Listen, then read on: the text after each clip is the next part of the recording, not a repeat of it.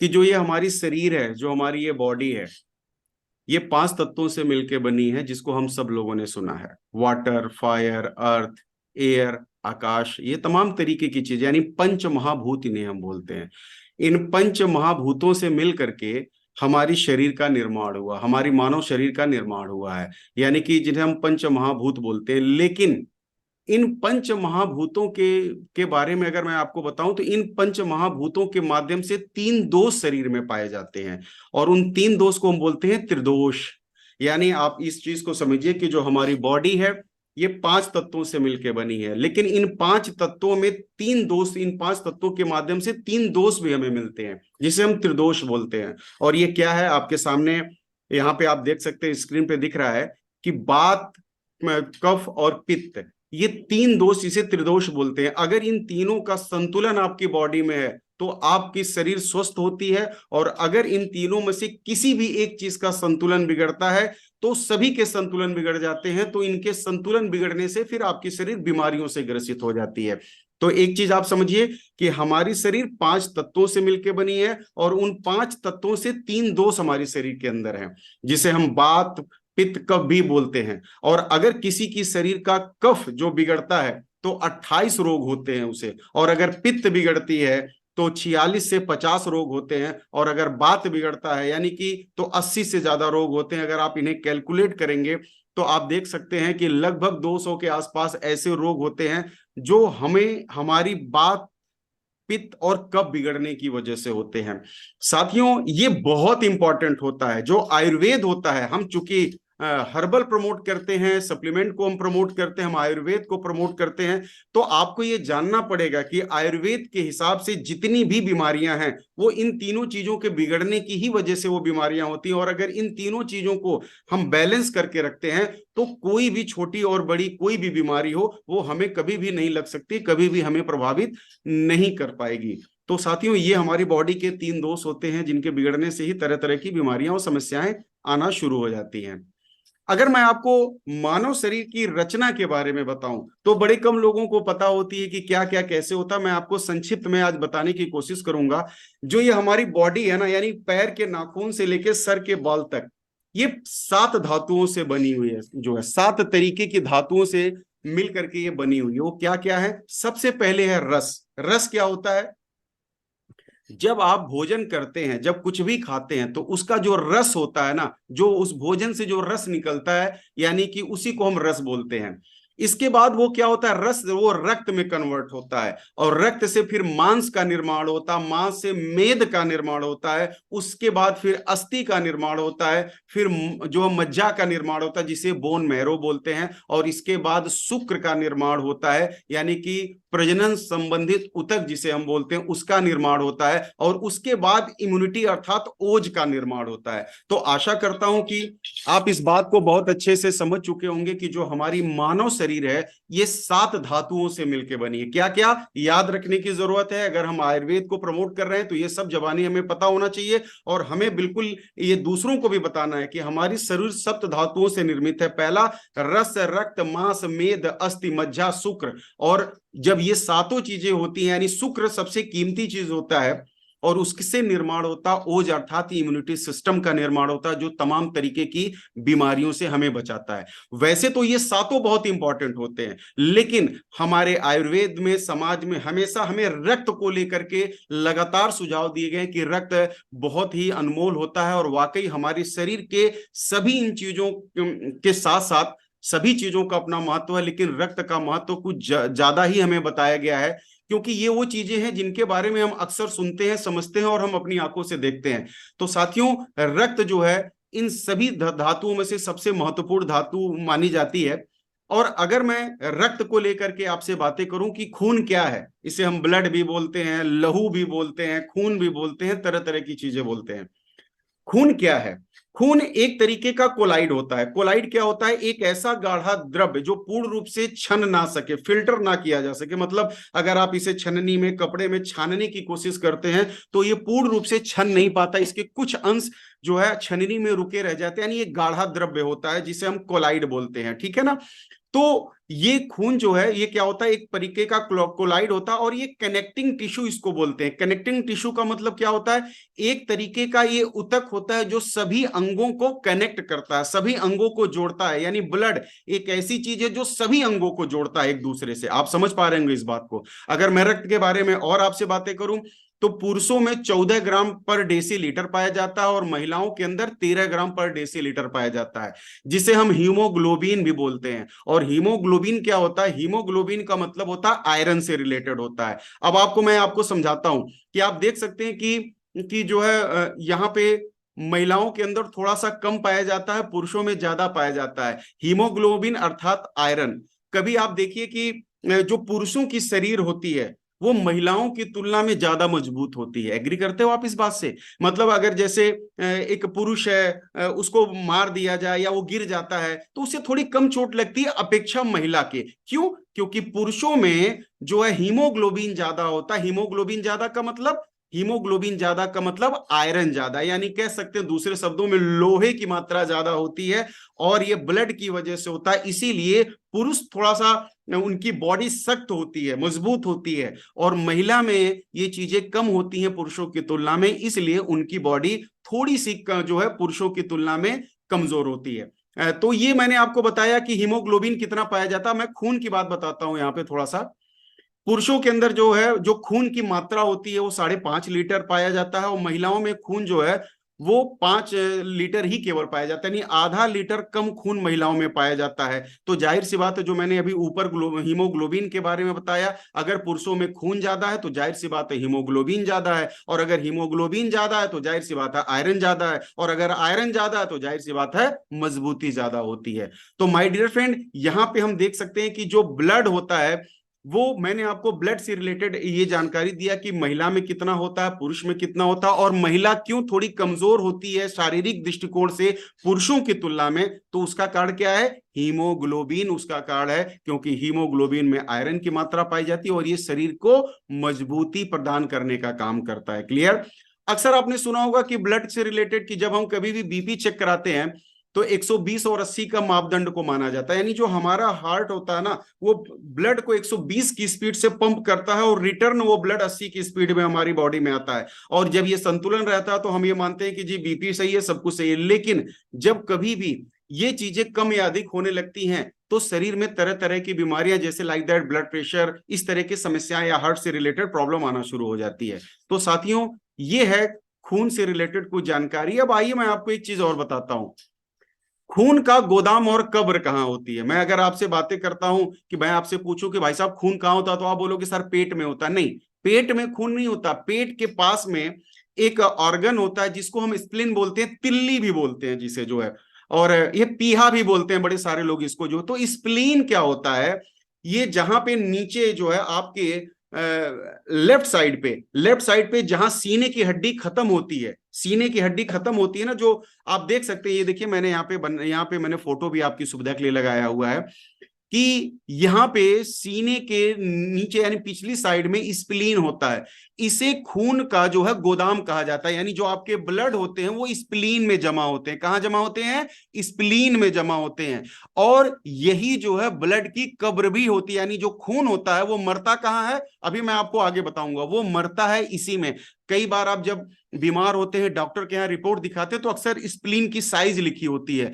कई बार ऐसा होता है कि जब आपकी शरीर में स्प्लीन बढ़ जाता है, तो जब स्प्लीन आपके शरीर में बढ़ जाता है, स्प्लीन की जो मतलब जो उसका जो एरिया होता है या स्प्लीन की जो साइज होती है, जब वो बढ़ जाती है या घट जाती है, तो इसका मतलब ये होता है कि हम तरह तरह की बीमारियों से ग्रसित होना शुरू हो जाते हैं, बीमारियां हमें लगना शुरू हो जाती हैं। जैसे एग्जांपल के तौर पे किसी को अगर जो है मलेरिया वगैरह हो जाता है कि जो है, या डेंगू हो जाता है, तो स्प्लीन की साइज घटने और बढ़ना शुरू हो जाती है, और ये हमारे शरीर का गोदाम होता है। तो आशा करता हूं कि आप समझ चुके होंगे कि ब्लड कहाँ इकट्ठा होता है, कहाँ जमा रहता है, कहाँ रुकता है। गोदाम क्या है ब्लड का? स्प्लीन। नोट कर लीजिए, स्प्लीन, जिसे हम तिल्ली भी बोलते हैं, ठीक है ना। और वो हमारे सीने की हड्डी के जो आगे की सीना, उसकी हड्डी के पीछे होता है और पेट से जुड़ा हुआ होता है, ठीक है, क्लियर। और यही ब्लड का, यहीं पे खून रुकता भी है और यही खून मरता भी है, ठीक है ना, स्प्लीन में। अब बात आती है कि जब कभी भी जो मतलब कि अब सवाल है कि हमारी शरीर में खून बनता कैसे है।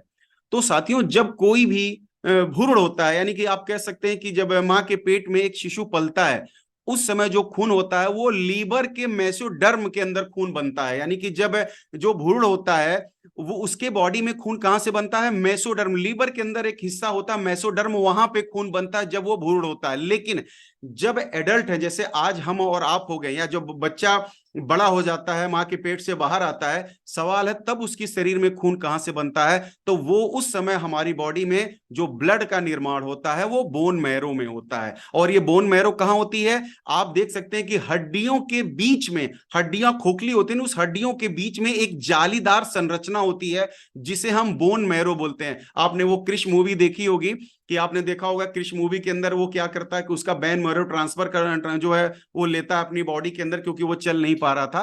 तो ये बोन मैरो जो हमारी जो कुल्हे वाली हड्डी होती है, कुल्हे की एरिया में ये बोन मैरो पाया जाता है, वो जो हड्डी के अंदर पाया जाता है, और यही जो है यहीं से खून का निर्माण होता है। तो आप समझ चुके होंगे कि हमारी बॉडी के लिए ब्लड कितना महत्वपूर्ण है, ब्लड का गोदाम क्या है, ब्लड की कब्र क्या है, और ब्लड बनता कहाँ है। जब शिशु माँ के पेट में होता है तो लीवर के अंदर मेसोडर्म में बनता है, और जब वही व्यक्ति एक एडल्ट हो जाता, वयस्क हो जाता, तो कहां बनता है, बोन मैरो में, यानी हड्डियों के बीच में जालीदार हिस्सा जो होता है, जो खोखला हिस्सा होता है, उसके अंदर जो हिस्सा होता है उसके अंदर, उसी को हम बोलते हैं बोन मैरो, वहीं से खून का निर्माण होता है। आशा करता हूं यहां तक आप ब्लड से जुड़ी जानकारी पा चुके होंगे। अब आइए मैं आपको बताता हूं कि खून दो प्रकार से बनता है।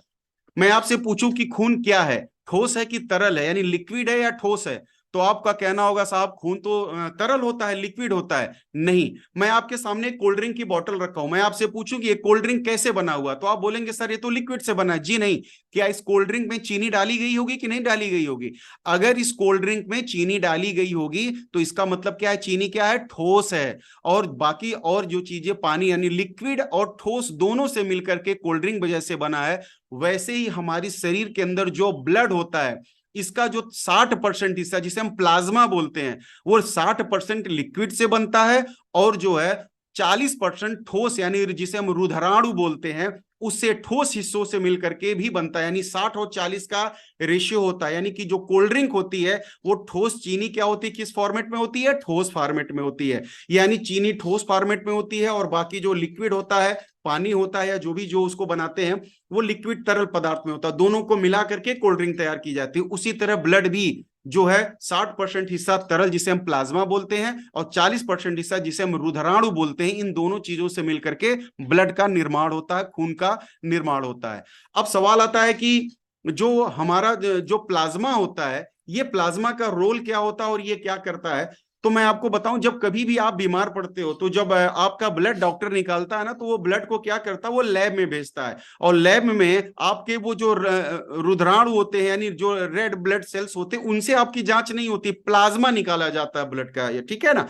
प्लाज्मा से टेस्ट होता है, और प्लाज्मा के अंदर दो तरीके के प्रोटीन पाए जाते हैं, फाइब्रिनोजेन पाया जाता है, और प्रोथ्रोम्बिन पाया जाता है। ये दो तरीके का प्रोटीन पाया जाता है आपके ब्लड में, यानी कि प्लाज्मा के अंदर। और जब ब्लड के अंदर ये दोनों प्रोटीन निकाल दिया जाता है तो प्लाज्मा हो जाता है, जो हल्के जो है भूरे कलर का आपको, या हल्के पीले कलर का आप कह सकते हैं, हल्के पीले कलर का आपको दिखता है। और जितनी भी बीमारियों की जांच होती है वो प्लाज्मा के ही माध्यम से जो है बीमारियों की जांच की जाती है। तो अब आप समझ चुके होंगे कि जो है तरल पदार्थ क्या होता है, प्लाज्मा क्या होता है। आपके ब्लड का एक बहुत बड़ा और महत्वपूर्ण हिस्सा होता है प्लाज्मा, जो एक लिक्विड होता है, तरल होता है, जो 60% होता है जो है ब्लड के अंदर। अब बात आती है कि दूसरी चीज की, ठोस पदार्थ क्या होता है, रुधिराणु किसे हम बोलते हैं। तो आप देख सकते हैं कि आपकी ब्लड के अंदर तीन तरीके की चीजें पाई जाती हैं। रुधिराणु जो होते हैं उनमें तीन तरह की चीजें पाई जाती हैं, तीन चीजें, जैसे आरबीसी, आप जरूर इस चीज को नोट करिए, बहुत इंपॉर्टेंट है। आरबीसी, डब्ल्यूबीसी और प्लेटलेट्स, तीन तरीके की चीजें जो आपके रुधिराणु में पाया जाता है। आरबीसी के बारे में मैं आपसे बताऊं तो इसे एरिथ्रोसाइड बोलते हैं, और इसकी जो काउंटिंग होती है वो 50 लाख होती है, इसकी काउंटिंग 50 लाख होती है। और इसकी जो लाइफ होती है आपकी बॉडी में वो 120 दिन ही केवल जिंदा रहता है। यानी जो आपका रेड ब्लड सेल होता है वो आपकी बॉडी के अंदर 50 लाख होता है, और इसकी जो लाइफ होती है वो 120 दिन होता है, इसके बाद ये मर जाता है, ठीक है ना। कहां मरता है, कहां मरता है? स्प्लीन में जाके मरता है। कहां मरता है? स्प्लीन में जाके मरता है, तिल्ली में जाके मरता है। अगर मैं आपको डब्ल्यूबीसी के बारे में बात करूं तो इसकी जो टोटल डब्ल्यूबीसी की जो काउंटिंग होती है वो 10,000 होती है, और इसे ल्यूकोसाइटोसिस बोलते हैं। और इसकी जो लाइफ होती है वो सिर्फ 4 दिन की होती है, सिर्फ ओनली 4 डेज। 4 दिन के बाद डब्ल्यूबीसी मर जाता है। क्यों? अभी मैं आपको थोड़ा सा इसके बारे में और बताऊंगा। और जो लास्ट है प्लेटलेट्स, इसकी जो काउंटिंग होती है वो 2 लाख से ज्यादा होती है, और जिसको जो है थ्रोम्बोसाइट्स बोलते हैं। और इसकी जो लाइफ होती है प्लेटलेट्स की आपके ब्लड में, वो सिर्फ 7 दिन होती है। 7 दिन के बाद जो है ये प्लेटलेट्स जो है डेड कर जाता है, मर जाता है। ठीक है ना? अब मैं आपको आगे बताता हूं। जैसा कि मैंने बताया, चाहे वो आरबीसी हो, चाहे वो डब्ल्यूबीसी हो, चाहे प्लेटलेट्स हो, इनकी लाइफ मैंने आपको बता दिया। ठीक है, इनकी काउंटिंग बता दिया, लाइफ बता दिया। 120 दिन की लाइफ आरबीसी यानी रेड ब्लड सेल्स की है, डब्ल्यूबीसी यानी व्हाइट ब्लड सेल की लाइफ 4 दिन की होती है, और प्लेटलेट्स की लाइफ सिर्फ 7 दिन की होती है। और ये सब इसके बाद जाके कहां मरते हैं? स्प्लीन में जाके मरते हैं, जो एक आप कह सकते हैं कि वो एक कब्रिस्तान कह सकते हैं, शमशान घाट कह सकते हैं, कुछ भी कह सकते हैं, यानी वहां पे वो चीजें जाके वहां पे उसका अंत हो जाता है, वहां समाप्त हो जाती है। अब मैं आपको बताता हूं कि आरबीसी का रोल क्या होता है। जब आपकी बॉडी में पर्याप्त आरबीसी होती है तो बॉडी हमारी फुर्तीली होती है, और सबसे ज्यादा आरबीसी की काउंटिंग बच्चों में पाई जाती है। आपने देखा होगा कि बच्चे कभी भी आप उनको बुलाओगे तो वो चल के नहीं आएंगे, वो दौड़ के आएंगे, हमेशा कूदते रहेंगे, फांदते रहेंगे, बदमाशी करते रहेंगे, अपने शरीर को बार बार इधर उधर करते रहेंगे। क्यों? क्योंकि उनकी बॉडी में जो है आरबीसी पर्याप्त मात्रा में होता है, और आरबीसी जो होता है वो आपकी बॉडी को फुर्ती देने का काम करता है, आपकी बॉडी को जो है फुर्तीला बनाने का काम करता है। जब ये आरबीसी की काउंटिंग हो जाती है तो एक आदमी आलस में आता, उसका कुछ करने का मन नहीं करता, चलो 5 मिनट और सो लूं, 10 मिनट और सो लूं, यार अभी तो मैं बड़ा थका थका महसूस करता हूं। ये कब होता है? जब बॉडी में आरबीसी की मात्रा कम होती है। अब मैं आपसे बात करूंगा डब्ल्यूबीसी यानी व्हाइट ब्लड सेल्स की। ये सभी तरह की बीमारियों से बचाता है।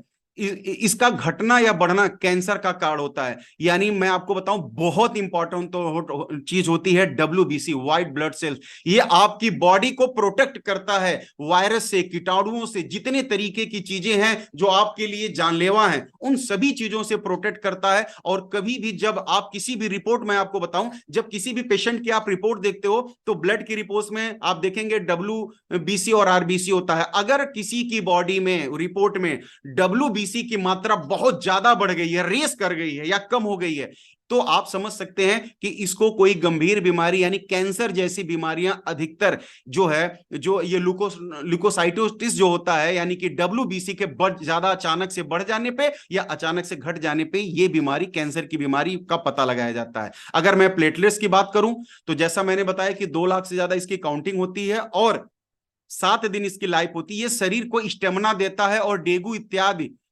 इत्यादि होने पर यह तेजी से घटने लगता है। प्लेटलेट्स क्या होता है? ये आपकी शरीर को स्टेमिना देता है। जैसे फॉर एग्जांपल, कई ऐसे लीडर्स होते हैं जो स्टेज पे जाते हैं 1 घंटा 2 घंटा 3 घंटा एकदम दहाड़ दहाड़ के आते हैं, थकते ही नहीं है। अगर उनसे माइक छीनी ना जाना तो वो देने के लिए तैयार ही नहीं होते। कई ऐसे मजदूर हैं लगातार काम करते रह जाते हैं, वो जल्दी थकते नहीं है। लेकिन कुछ ऐसे लोग हैं जो थोड़ा ही काम करने के बाद थक जाते हैं, एकदम थोड़ा सा काम करेंगे, जिसे हम बोलते हैं ना कि यार एकदम ये सुकुआर है, मतलब थोड़ा सा काम किया फिर एकदम थक जाता है, तो उसकी बॉडी में स्टेमिना नहीं रहती है। और जब डेंगू किसी को होता है ना तो ये बड़ी तेजी से घटना शुरू हो जाता है। इसीलिए आपने देखा होगा अलग से प्लेटलेट्स भी मरीजों को चढ़ाया जाता है जो डेंगू के पेशेंट होते हैं। और गिलोय पपाया बीट ग्रास, जो ज्ञान वेदा का एक बहुत ही शानदार, जबरदस्त और टेस्टेड प्रोडक्ट है, गिलोय पपाया बीट ग्रास, ये एक ऐसा उत्पाद है जो कितनी भी कम प्लेटलेट्स होता है इसको बड़ी तेजी से रिकवर करने का काम करता है, गिलोय पपाया बीट ग्रास। और आपके ब्लड को, जो हम ब्लड के अंदर जो है, आप कह सकते हैं कि ये चाहे वो आरबीसी हो, चाहे डब्ल्यूबीसी हो, चाहे प्लेटलेट्स हो, उसको जो है संतुलित करने का काम करता है जो है गिलोय पपाया बीट ग्रास। तो जब डेंगू इत्यादि जब समस्याएं होती हैं तो उस समय जो है हमारे प्लेटलेट्स को ये बढ़ाने में बहुपयोगी होता, बहुत ज्यादा मदद करता है। अब सवाल है कि रक्त से रिलेटेड मैंने आपको जानकारियां दे दी। अब बात आती है कि इस रक्त का हमारी बॉडी में कार्य क्या है, ये रक्त हमारी शरीर में क्या क्या काम करता है। तो आइए सबसे पहले बताता हूं, रक्त हमारी बॉडी में परिवहन का काम करता है, as a cargo, as a transporter. Transporter का मतलब आप समझिए, हम सांस ले रहे हैं ना, समझिएगा मेरी बात को बहुत ध्यान से, हम सांस ले रहे हैं तो हम क्या कर रहे हैं, हम सांस ले रहे हैं, वो सांस कहां जा रही है? हमारे फेफड़ों में जा रही है। तो हमारा फेफड़ा क्या है? हमारा फेफड़ा एक टंकी है जो ऑक्सीजन को इकट्ठा रखता है। लेकिन उस ऑक्सीजन को ब्रेन तक कौन पहुंचा रहा है? बताइए, बताइए ना। जब आप सांस ले रहे हो तो ऑक्सीजन हमारे फेफड़ों में जमा हो रहा है। उस ऑक्सीजन को हमारे ब्रेन तक और बॉडी के और हिस्से तक ऑक्सीजन ले जाने का कौन काम करता है? जी हां, बिल्कुल सही आपने बोला, ब्लड काम करता है। जो कुछ भी हम खाते हैं, जो कुछ भी हम खाते हैं, वो शरीर के सभी अंगों जो खाते हैं उससे जो विटामिन और मिनरल्स निकलते हैं, उनको शरीर के बाकी अंगों तक कौन पहुंचाता है? जी हां, ब्लड पहुंचाता है। जब कोई भी व्यक्ति शराब का सेवन करता है तो उसे नशा कब आता है? वो कब अपनी सुध बुध गंवाता है? जब एल्कोहल ब्लड में पहुंचता है, और वो ब्लड जब उसे ब्रेन तक लेके जाता है एल्कोहल को, जब हमारा वहां पे बहुत सारी जो कोशिकाएं होती हैं वो जब डैमेज होना शुरू होती हैं, तो आपने देखा होगा कि एक आदमी नशे में आ जाता है। यानी आप पी रहे हो लेकिन थोड़े टाइम के बाद क्यों चढ़ जाती है? क्योंकि वो ब्लड जो है क्या करता है? ट्रांसपोर्टर है, अच्छी सी बुरी और सभी चीजों की आपकी बॉडी में ले जाने का काम करता है। यानी आपकी किडनी हो, आपके लंग्स हो, आपका माइंड हो, आंख हो, कान, नाक, गला, जितने भी ऑर्गन्स होते हैं, उन सभी को विटामिन और मिनरल्स को पहुंचाने का काम कौन करता है? ब्लड करता है। तो ब्लड क्या है, कितना इंपॉर्टेंट, आप इस बात को समझिए साथियों, कि एज ए ट्रांसपोर्टर वो काम करता है, ब्लड को पहुंचाने का काम करता है। दूसरी चीज है कि सुरक्षा का काम करता है। जब हमारी बॉडी के अंदर जो टी सेल्स होते हैं, हमारे ब्लड के अंदर जो टी सेल्स होते हैं, वो क्या करते हैं?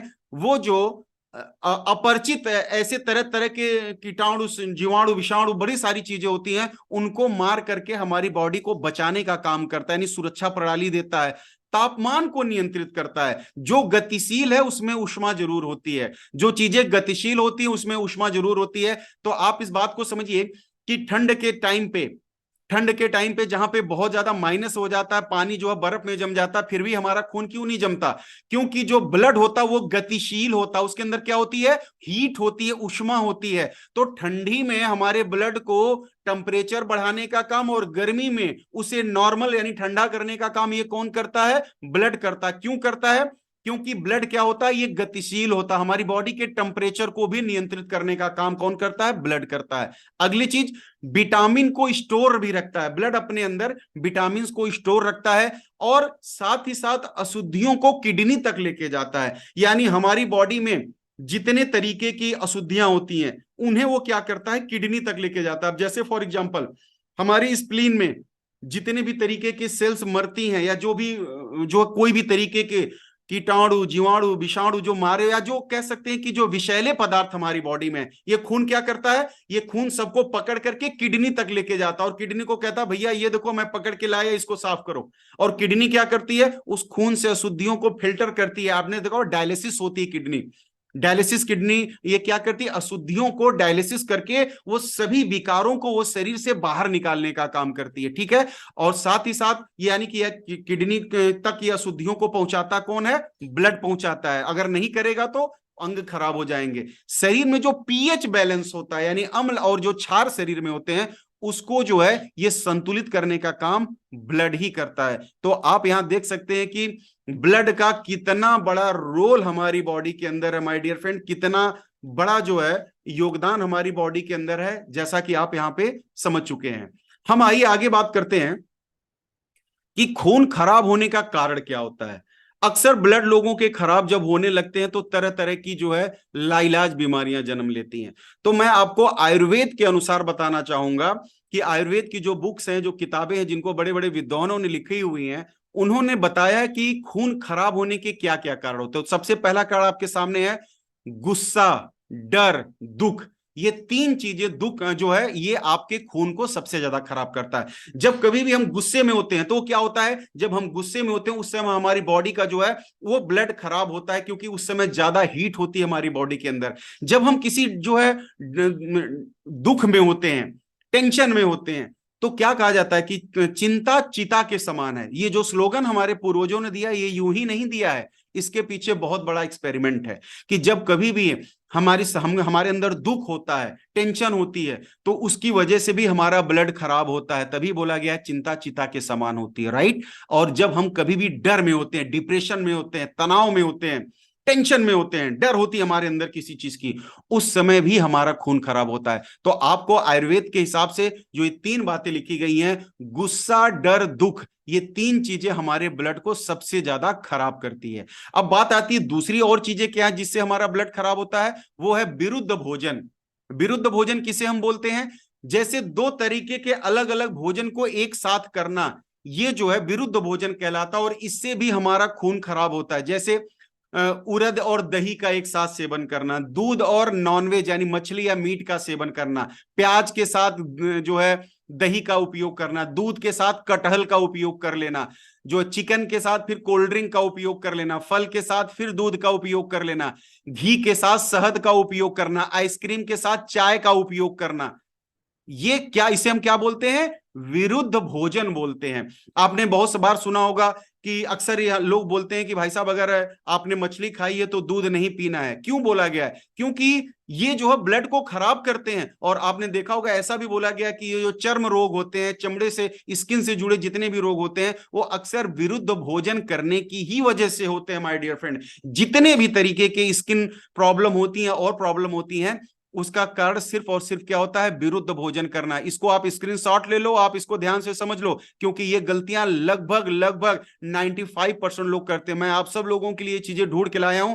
क्या एक साथ नहीं करना है, क्या एक साथ नहीं करना है, इस बात को याद रखिए। ईश्वर ने आपको कमाने का रास्ता दे दिया है, लेकिन network word education system, Ayurveda की उन बातों को नेटवर्क वर्ड एजुकेशन सिस्टम आप तक पहुंचा रहा है कि आपको किस चीज का सेवन करना है एक साथ और किस चीज का नहीं करना है। याद रखिएगा, खून खराब होने का मैंने आपको दो कारण बताया। पहला क्या, गुस्सा, डर, दुख, और दूसरा कारण क्या है, विरुद्ध भोजन कभी एक साथ ना करें। जो आपके सामने स्क्रीन पे आपको दिख रहा है, ये कभी भी आज से शपथ ले लीजिए, इसको हम और अपने परिवार को नहीं करने देंगे। अगली चीज क्या है, खून और किसका खराब होता है, जैसे जो बहुत हार्ड वर्क करते हैं, जो बहुत मेहनत करते हैं, दिन भर फील्ड में काम करते हैं, दिन भर भाग दौड़ी का काम करते हैं, दिन भर वो सिस्टम पे बैठ के काम करते हैं, यानी बहुत ज्यादा हार्ड वर्क करते हैं, चाहे वो दिमागी तौर पे चाहे वो शारीरिक तौर पे, उन्हें जो है खून खराब होने का डर ज्यादा होता है। दूसरा क्या है कि गुस्सा, डर और दुख, सॉरी, जो धूप में काम करते हैं उनके लिए भी ये प्रॉब्लम होती है। और साथ साथ जो लोग जो है ज्यादा, जैसे कुक जो होते हैं, जो हाई फ्लेम के साथ में खाना बनाते हैं, यानी कि वहां पे जो टेम्परेचर, ज्यादा टेम्परेचर के बीच में काम करते हैं, उनका भी ब्लड खराब होने की संभावना बहुत ज्यादा होती है। तो ये वो कारण है जिनकी वजह से हमारा ब्लड खराब होता है। अगली चीज क्या है, 3 स्वाद। याद रखिए, मैं हमेशा जो भी लोगों की मेरे पास कॉल आती है, पूछते हैं कि सर मुझे किस बीमारी में क्या देना है, तो मैं सभी लोगों को अपनी सप्लीमेंट के साथ, दवाइयों के साथ मैं जरूर सजेस्ट करता हूं कि ये परहेज करिए। जैसे 3 स्वाद जो सबसे ज्यादा आपके खून को खराब करते हैं, कौन कौन से स्वाद हैं। पहली चीज क्या है कि आपके सामने लिखा हुआ खट्टा, तीखा और नमक। खट्टा, तीखा, नमक, किसी को भी आप अगर सप्लीमेंट देते हैं, अपना आयुर्वेद देते हो, तो 3 चीजों को मना करिए सबसे ज्यादा। चावल भी इसमें एक है, लेकिन चावल की मात्रा दी जा सकती है, लेकिन 3 मुख्य चीज ये आयुर्वेद का दुश्मन होता है। जी हाँ, अगर किसी को आप कोई भी प्रोडक्ट्स देते हैं और अगर ये 3 चीजों का परहेज नहीं बताते हैं, तो वो दवाइयां काम नहीं करेंगी, वो सप्लीमेंट काम नहीं करेगा। फिर आप बोलोगे साहब इधर काम नहीं किया, तो आप डायबिटीज की दवा खाओ और आकर के धड़ाधड़ आप रसगुल्ले खाओ, तो फिर वो कोई मतलब नहीं दवाई का। तो 3 चीजें आपकी शरीर का दुश्मन होती हैं, ब्लड का दुश्मन होती हैं, और आयुर्वेद का भी दुश्मन होती है। वो क्या क्या है, खट्टा, तीखा और नमक। कई बार आपने देखा है कि खट्टा जो है वो हम जरूरत से ज्यादा खाते हैं, तीखा सब्जी में भी मिर्च पड़ी है और अलग से भी हम लाल जो और भी मिर्च डालते हैं, जरूरत से ज्यादा तीखा खाते हैं। और नमक, दाल में भी नमक है, सब्जी में भी नमक, इसके बाद सलाद पे अलग से नमक डाल दिया, दाल में और नमक डाल दिया। तो ये चीजें क्या करती हैं, ये आपके पित्त दोष को बढ़ाती है। मैंने बोला ना, हमारी बॉडी में त्रिदोष होते हैं, 3 तरह के, बात, पित्त, कफ। ये पित्त को बढ़ाता है, और जब ये 3 चीजें आप जरूरत से ज्यादा मात्रा में लेते हैं, तो आपका जो ब्लड में हीट पैदा होता है, गर्मी पैदा होती है, और पित्त आपकी बिगड़ना शुरू होती है। और जब पित्त बिगड़ना शुरू होती है, तो आपको कौन कौन से रोग होते हैं, यानी खून खराब होने से किस किस तरह के रोग होते हैं, आइए मैं आपको नेक्स्ट स्लाइड में आपको दिखाता हूं कि किस तरह की चीजें होती हैं। ये देखिए, आप आशा करता हूं देख पा रहे होंगे, आप देख पा रहे जी होंगे सर। यहां पे। यस और सर, यस। आप ये रोग ध्यान से समझिए क्या क्या है। आप देख रहे हैं कि यानी जब खून खराब होता है, आपका जब ब्लड में अशुद्धियां आ जाती हैं, गंदगी आ जाती है, तो आपकी ब्लड में चिपचिपा पदार्थ, जैसे आप बहुत ज्यादा तैली चीजें खा रहे हो, बहुत ज्यादा आप दबा के नॉनवेज खा रहे हो, तो आपकी बॉडी में ट्राइग्लिसराइड बढ़ने शुरू हो जाता है, यानी तैलीय द्रव्य बढ़ना शुरू हो जाता है, जिसकी वजह से आपके खून में एक चिपचिपा पदार्थ बढ़ता हो, जिसको हम ट्राइग्लिसराइड भी बोलते हैं, जिसे लो डेंसिटी लिपोप्रोटीन होता बोलते हैं हम जो है। और ये क्या करता है, आपके शरीर के अंदर, आपके ब्लड में वो, या कह सकते हैं कि हार्ट में वही जमा होना शुरू हो जाता है, जिसकी वजह से हार्ट अटैक आ जाता है। यानी खून अगर आपका क्लियर नहीं, उसमें किसी भी चीज की मात्रा ज्यादा होती है, तो उनमें आप देख सकते हैं कि खून खराब होने से पहले आपकी बीमारी हार्ट की प्रॉब्लम, किडनी की प्रॉब्लम, स्किन की प्रॉब्लम। अच्छा, आपने कभी एक चीज नोटिस किया है कि जब कई बार हम खट्टा ज्यादा खाते हैं, तीखा ज्यादा खाते हैं, तो अक्सर हमारे नाक से अपने आप ब्लड आने लगता है, जिसको हमारे तो गांव में बोलते हैं कि उसको बोलते हैं कि हम विनाश फूट गया है। हमारे यहाँ की भाषा, हो सकता है आपके यहाँ कुछ और बोलते हो। तो नाक में क्या, हल्का सा चोट लगी तुरंत ब्लड आ गया, या अपने आप जो है बात करते करते नाक से ब्लड आने लगता है। मैंने आपको अभी जो बात बताई, देखिए यहां पे पुष्टि होती है। आपके शरीर के तीन स्वाद आपके दुश्मन है, पहला खट्टा, दूसरा तीखा, और तीसरा नमक। ये तीन दुश्मन है जो आपके ब्लड को खराब करते हैं। आपके नाक से ब्लड आना, या कई बार उल्टी, खून की उल्टी होना, ये भी खराब ब्लड को डेडिकेट करता है। चेहरे पे दाग धब्बे, पिंपल्स आना, मुहासे आना, ये आपके खराब ब्लड को डेडिकेट करता है। मासिक धर्म में बहुत ज्यादा ब्लड आना, पाइल्स या फिस्टुला से ज्यादा ब्लड का स्राव होना, पाइल्स का पेशेंट है, जरूरत से ज्यादा ब्लड आना, ये क्या होता है, ये वो दूषित ब्लड होता है जो बॉडी उसे क्या करती है, उसे बाहर करती है, उसे जो है उसे बाहर निकालती है। कैंसर, ये भी एक बहुत बड़ी समस्या है, जो खून खराब होने की वजह से कैंसर की बीमारी होती है। और आप देख सकते हैं चेहरों पे अजीब सी गरीब इस तरीके की जो चीजें होती है ना, ये कहीं ना कहीं खून के खराब होने की ही वजह से होती है माय डियर फ्रेंड। यानी स्किन से ही जुड़ी नहीं, बल्कि आपकी बॉडी से जुड़े बहुत सारे जो रोग हैं, वो खून की खराबी की वजह से होते हैं, जैसा कि आप स्क्रीन पे देख सकते हैं, आपके सामने है। ये तमाम चीजें हैं जो खून के खराब होने, और मैंने आपको बताया कि ये तीन चीजें हैं जो सबसे ज्यादा दुश्मन होते हैं आपके ब्लड के। अगली चीज क्या है, आइए आगे मैं आपको स्लाइड में बताता हूं। कि सवाल ये है कि आज की डेट में हम सब लोग अपने आहार को संतुलित नहीं कर सकते हैं, या वर्तमान में जो आज हमारा आहार है, खान पीन, आपको पता है कि केमिकल्स और तमाम तरीके की चीजों से आज अनाज पैदा किए जा रहे हैं, और जिसकी वजह से तरह तरह की बीमारियां हमारी बॉडी में रोज आ रही हैं। आज हमारे ब्लड में क्या है, किस चीज की अधिकता, हमें नहीं पता।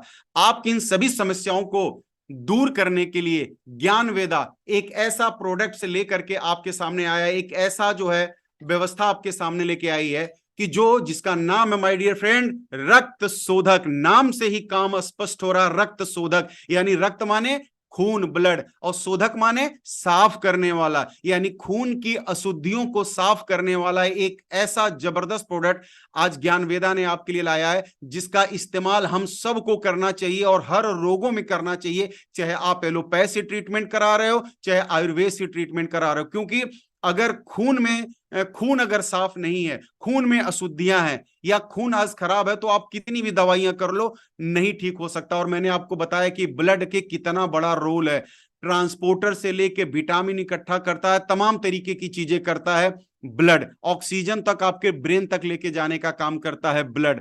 जितने भी तरह की बीमारियां होती हैं, उन सभी बीमारियों में जो है मेन रोल होता है रक्त की अशुद्धि, एक बड़ा कारण होता है, सभी कारणों में एक बड़ा कारण होता है रक्त की अशुद्धि, और सारी बीमारियां रक्त की अशुद्धि के बाद ही होना शुरू होती हैं। तो आज आप देख सकते हैं कि ज्ञान वेदा ने एक ऐसा शानदार जबरदस्त वाला प्रोडक्ट लेके आया है, जिसके बारे में आपको मैं बताऊं, इसकी तो मतलब कि वेटिंग चल रही, इतनी डिमांड है इस प्रोडक्ट्स की। जिन लोगों ने भी यूज किया है वो एकदम लगातार ले रहे हैं, और इसको हर व्यक्ति और हर तरह की समस्याओं के अंदर इसे दिया जा सकता है। मैं आपको बताता हूं इस रक्त शोधक में क्या क्या इंग्रेडिएंट डाले गए। सबसे पहले है चक्र मराड़ और सिरसा छाल, उसवा उसवा डाला गया है, गोरख मुंडी डाली गई है, त्रिफला डाला गया। त्रिफला किसे कहते हैं, आंवला, हरड़, बहेड़, इन चीजों के मिश्रण को त्रिफला बोले, इसमें त्रिफला डाला गया है। आप देख सकते हैं स्क्रीन पे दिख रहा है, नीम की पत्ती डाली गई है, हल्दी डाली गई है, त्रिकुटा डाला गया है। त्रिकुटा क्या होता है, सोंठ, पीपल और काली मिर्च के मिक्स को जो है त्रिकुटा बोलते हैं, इसमें त्रिकुटा भी डाला गया है। इसमें दारू हल्दी डाला गया है, इसमें दारू हल्दी भी डाला गया है, इसमें कुटकी भी डाला गया है, इसमें चिरैता भी डाला गया है, इसमें लाल चंदन भी डाला गया है। यानी आप देख सकते हो इतने सारे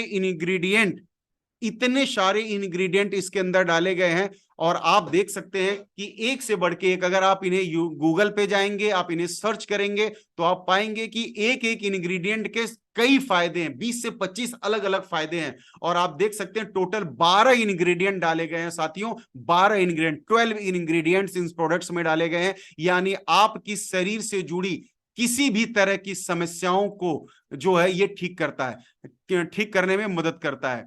तो साथियों ये एक कमाल का प्रोडक्ट है। मैं चाहूंगा कि एक बार जरूर हम धन्यवाद दें अपनी 4 स्क्वायर कंपनी को, अपनी मैनेजमेंट को, जिन्होंने इतना बेहतरीन प्रोडक्ट लॉन्च किया। और मैं आपको इस प्रोडक्ट की प्राइस बताऊं, मात्र 160 रुपए सिर्फ इस प्रोडक्ट की प्राइस है माय डियर फ्रेंड, और 200 ml का है। मैं दिखाता हूं, मैं ऑलरेडी यूजर भी हूं, आप ये देख सकते हैं, मैं यूजर भी हूं। शायद बोतल पे नहीं दिख रहा होगा आपको ढंग से, ये देखिए, दिख रहा ना, मैं यूजर भी हूं रक्त शोधक का, मैं खुद इस्तेमाल इसको कर रहा हूं, मेरे घर में इस्तेमाल हो रहा है। तो ये एक बहुत ही नायाब, आप इसे बच्चों को भी दे सकते हैं।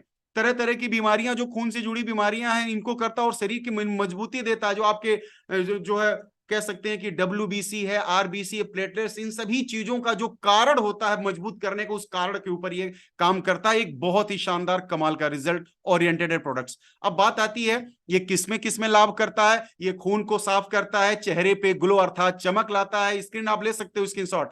कील मुहासे से छुटकारा दिलाने का काम करता है। स्किन संबंधित समस्याओं का प्राकृतिक समाधान के रूप में काम करता है। पाचन को ठीक करके पेट साफ रखने में मदद करता है। लीवर की मरम्मत करता है। मधुमेह अर्थात डायबिटीज के पेशेंट को तो कसम खा के लेना चाहिए भाई साहब। क्यों? क्योंकि डायबिटीज का पेशेंट फिर उसकी आंख खराब होना शुरू होती है। डायबिटीज आपकी आंख में, हार्ट पे, लंग्स पे, किडनी पे सबसे ज्यादा असर करता है। और ये ब्लड की, क्योंकि ब्लड में क्या हो जाता है, शर्करा की मात्रा बढ़ जाती है। तो मधुमेह के व्यक्तियों को तो ये निश्चित तौर पे लेने की जरूरत है। यहां तक कि ये रक्त संबंधित सभी विकारों को ठीक करता है। वजन को कम करने में, जी हाँ, वजन को कम करने में भी ये मददगार है। क्यों? क्योंकि आपकी बॉडी के अंदर जो मेटाबॉलिज्म सिस्टम होता है, जिसे चयापाचन बोलते हैं, उसको ये मजबूती देने का काम करता है। यानी आपके वजन को भी नियंत्रित करने का काम करता है। ये पेट के कीड़े के को भी मारने का काम करता है। आपने देखा होगा छोटे छोटे बच्चों के पेट में कीड़े हो जाते हैं, सबके भी, बड़े लोगों को भी होते हैं, उसे नेचुरली तरीके से मारने की कोशिश करता है। ये किडनी को डायलिसिस, जो किडनी का मेन काम होता है डायलिसिस, यानी ये किडनी को भी मजबूती प्रदान करता है। और वो जो विषैले पदार्थ है ना, उनको कम करता है, तो किडनी को लोड कम पड़ता है। जब किडनी को लोड कम पड़ता है तो किडनी की लाइफ ज्यादा हो जाती है, तो उस किडनी को भी सहायता देता है। दिल से जुड़ी बीमारियों को ये ठीक करने में मदद करता है। ब्लड प्रेशर को नियंत्रित करने में भी सहायक है। लकवा, पैरालाइज इत्यादि समस्याओं से भी ये बचाता है। क्योंकि लकवा में क्या होता है, आपके ब्रेन में ब्लड की क्लॉटिंग हो जाती है माय डियर फ्रेंड, ब्रेन में ब्लड की क्लॉटिंग हो जाती है। और जब क्लॉटिंग हो जाती है तो पैरालाइज हो जाता है। तो ब्लड में क्लॉटिंग बने ही ना, तो ब्लड बनेगी कब? नहीं, जब ब्लड में अशुद्धियां नहीं रहेंगी तो क्लॉटिंग नहीं बनेगी, तो उन अशुद्धियों को निकालता है। यानी लकवा, पैरालाइज जैसी समस्याओं से भी बचाता है। और जिन्हें है उनको वो ठीक करने में जो है मदद भी करता है। ये आंखों से जुड़ी हुई समस्याओं को भी ठीक कर, इसके अंदर जो जड़ी बूटियां, जो इंग्रेडिएंट्स डाले गए हैं वो कमाल के, वो आपकी पूरी बॉडी पे काम करते हैं। यानी आंखों से संबंधित समस्याओं को भी ठीक करने में काम करते हैं।